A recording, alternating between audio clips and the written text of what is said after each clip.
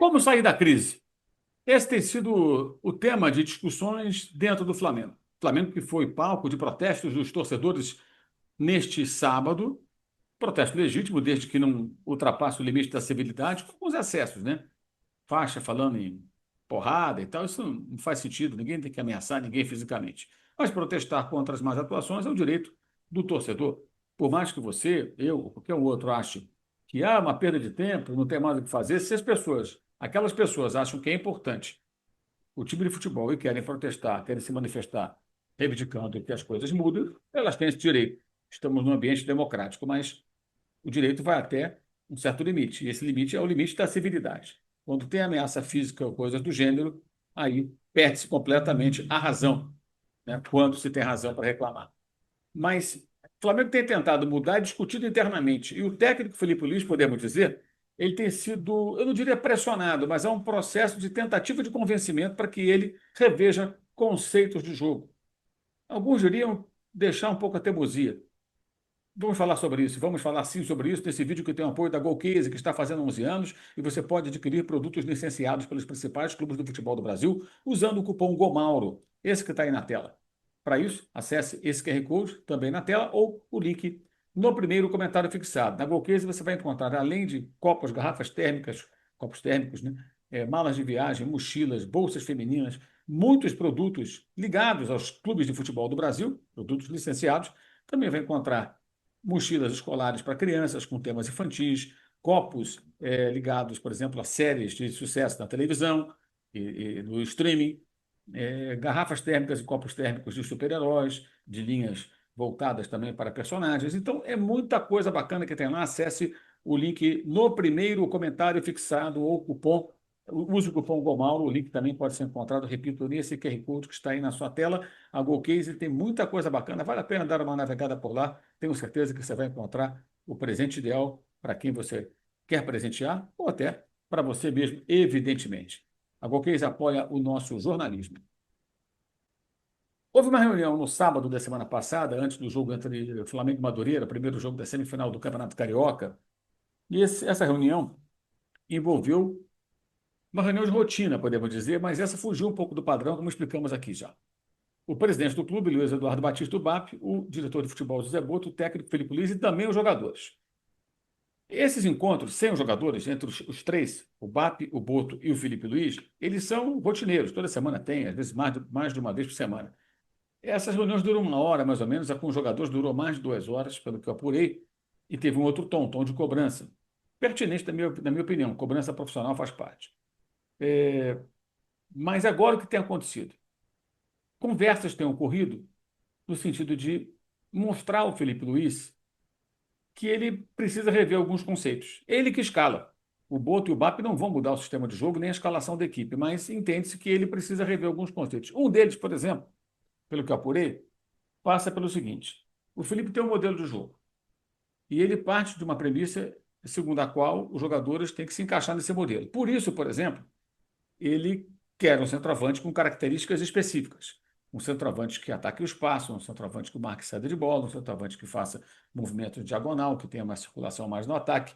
Ou seja, um cara que seja diferente do Pedro, que é um centroavante mais estático, que até melhorou no ano passado, depois de uma bronca pública numa coletiva, o seu comportamento no chamado jogo sem a bola, nos momentos que o time não tem a bola. Mas teve recaída e não tem ido nada bem, tem sido novamente um jogador muito parado. O Pedro é um caso muito curioso, porque é um jogador que tem um enorme potencial técnico, comprovadamente sabe fazer gols, mas tem números ruins, muitas lesões, e o seu desempenho aquém do que pode apresentar, ainda mais às vésperas de uma Copa do Mundo, né? Muito estranho, passa muito pela postura. Cabe ao técnico, cabe aos profissionais do departamento de futebol, cobrar do Pedro que ele tenha outro comportamento em campo, né? Eu acho que isso faz parte. Também, claro, o jogador ter o mínimo de sensibilidade, inteligência e rever alguns conceitos. Mas, antes do Pedro, passa pela situação do Felipe Luiz. Vamos lá. O Flamengo joga habitualmente com dois volantes, certo? Um meia, os dois pontas que atuam pelos lados, o centroavante. Pode o Flamengo, por exemplo, uma hipótese, tá, gente? Vou dar aqui uma ideia. Abrir mão desse modelo e trabalhar com 4 homens no meio campo e 2 atacantes? Exemplo, todo mundo informa. Eric Pulga, Jorginho, Paquetá, Pulga primeiro volante, Jorginho fazendo uma dupla de volantes e tudo, mas saindo um pouco mais pela direita, pela esquerda, o Paquetá, e na ponta desse quadrado, losango, no caso, o Arrascaeta. E lá à frente, o Pedro, digamos, o centroavante, e o Cebolinha, o Samuel Lino, eventualmente até Plata ou Luiz Araújo, um jogador de mais movimentação e um centroavante. Com mais circulação, não vai ter profundidade. Você pode ter jogo com os laterais, você pode ter esses jogadores de ataque caindo pelos lados, você pode ter esses meias também ocupando a faixa lateral do campo.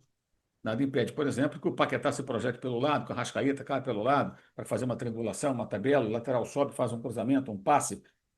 Talvez assim o time possa fazer triangulações, passes curtos com jogadores com qualidade. Tem ainda um Dela Cruz no banco, um Saul, que voltará, um Everton Araújo, né, um Carrascal. Olha as opções.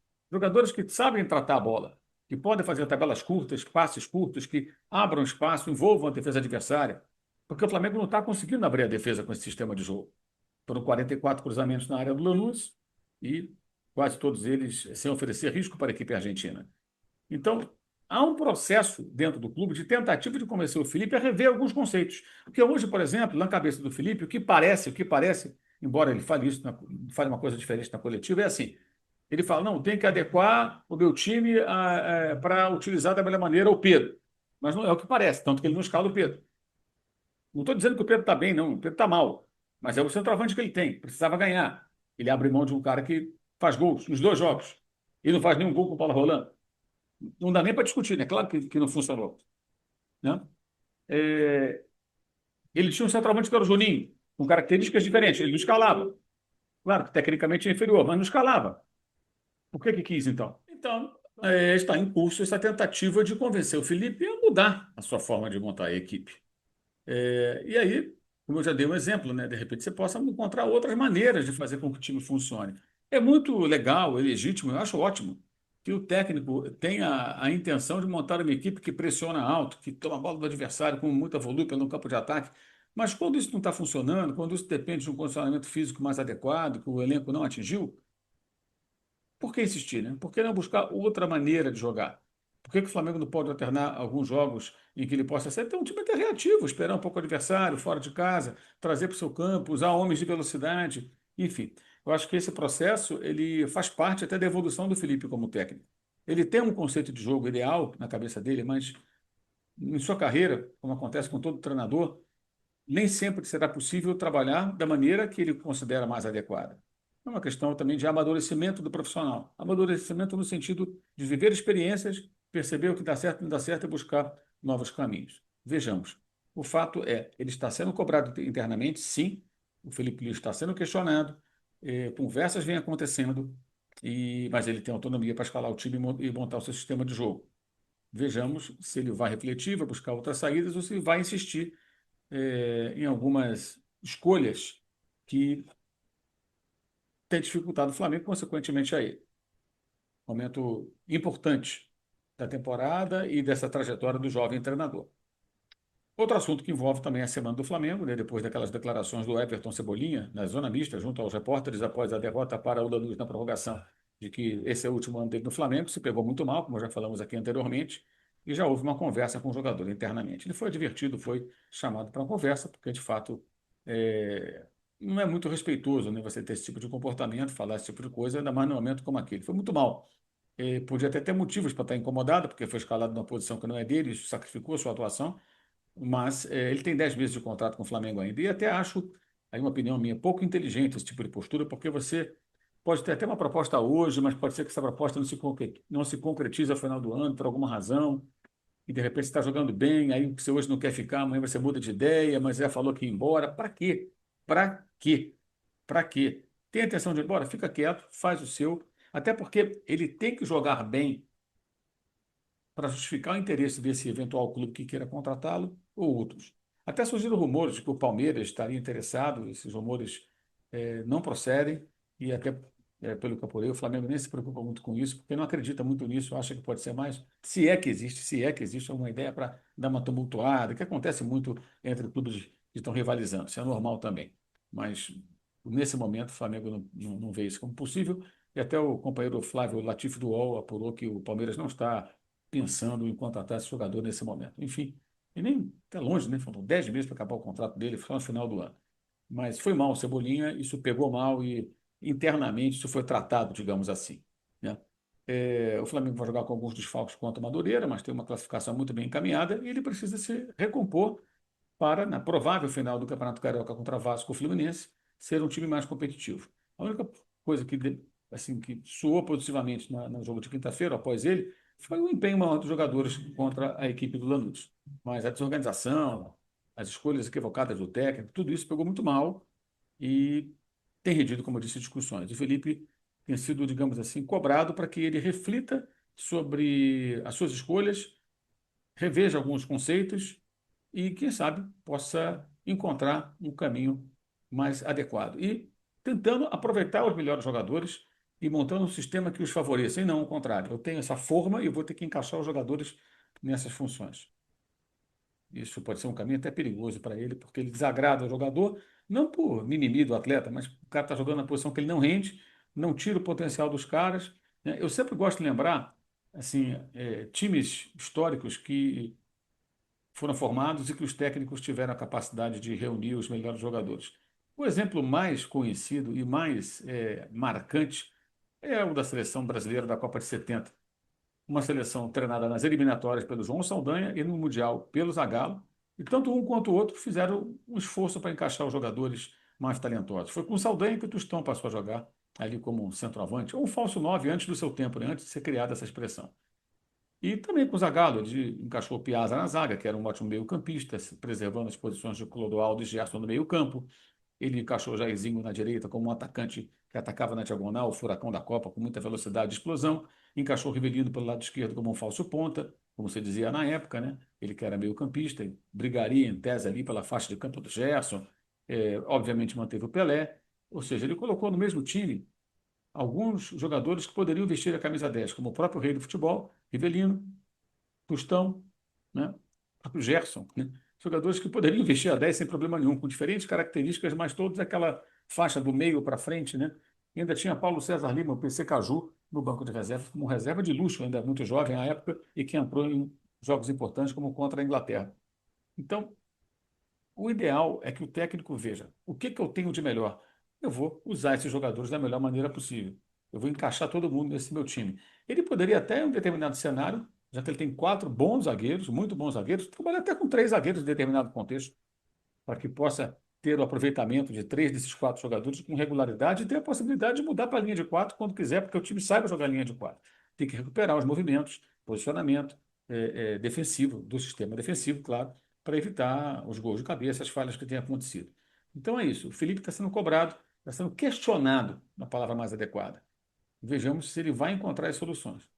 Ele tenha flexibilidade e ache boas soluções já nesses próximos jogos. Já tem uma oportunidade muito boa de fazer uma experiência nessa segunda-feira diante da equipe do Madureira, dada a vantagem que o Flamengo tem no confronto pela vaga na final do Campeonato Estadual do Rio de Janeiro. Lembrando que esse vídeo tem o apoio da Golcase e você pode adquirir produtos licenciados pelos principais clubes do futebol do Brasil, acessando o link no primeiro comentário fixado ou QR Code na tela. Golcase apoia o nosso jornalismo. Live nesse domingo, depois de Fluminense e Vasco, e live segunda-feira, depois de Madureira e Flamengo, e terça-feira tem live Soft Open, 9h30 da noite. E eu conto com a sua audiência em todas essas lives, domingo, segunda e terça-feira, aqui no canal. Quero também convidar você a participar do Clube de Vantagens da S1 Live. Clube de Vantagens da S1 Live. Concorra a bolões e sorteios de camisas oficiais por apenas R$ 9,90 por mês. Clube de Vantagens da S1 Live. Você participa e você concorre a camisas oficiais toda segunda-feira no programa Na Área, do qual participa segundas e sextas. As lives são sempre às 11 da manhã na S1 Live, live todo dia, e você pode mandar superchat sem nada pagar se você for integrante do Clube de Vantagens, além de, repito, concorrer a uma camisa oficial à sua escolha no sorteio das segundas-feiras e faturar, quem sabe, no bolão da S1 Live. Faça inscrição no canal, entre para o Clube de Vantagens. Para isso, acesse o link do primeiro comentário fixado. Na descrição do vídeo temos os links para o canal de cortes, com o melhor das nossas lives. Inscreva-se, é de graça. E o clube de membros do canal. É uma forma de você apoiar o nosso trabalho aqui no youtube.com.br Mauro César. Também no primeiro comentário fixado o link para o meu blog do All Esporte. Todo dia um novo texto sobre futebol. Então, live domingo, depois do Fluminense e Vasco. Segunda-feira, após Madureira e Flamengo. E na terça-feira, às 9h30 da noite, a live Soft Open. Então tem live todo dia. Segunda, Domingo, segunda e terça-feira aqui no canal. Eu aguardo vocês em todas elas, evidentemente. E tem live no BarbaCast também na próxima terça-feira, às 18h30. Saudações!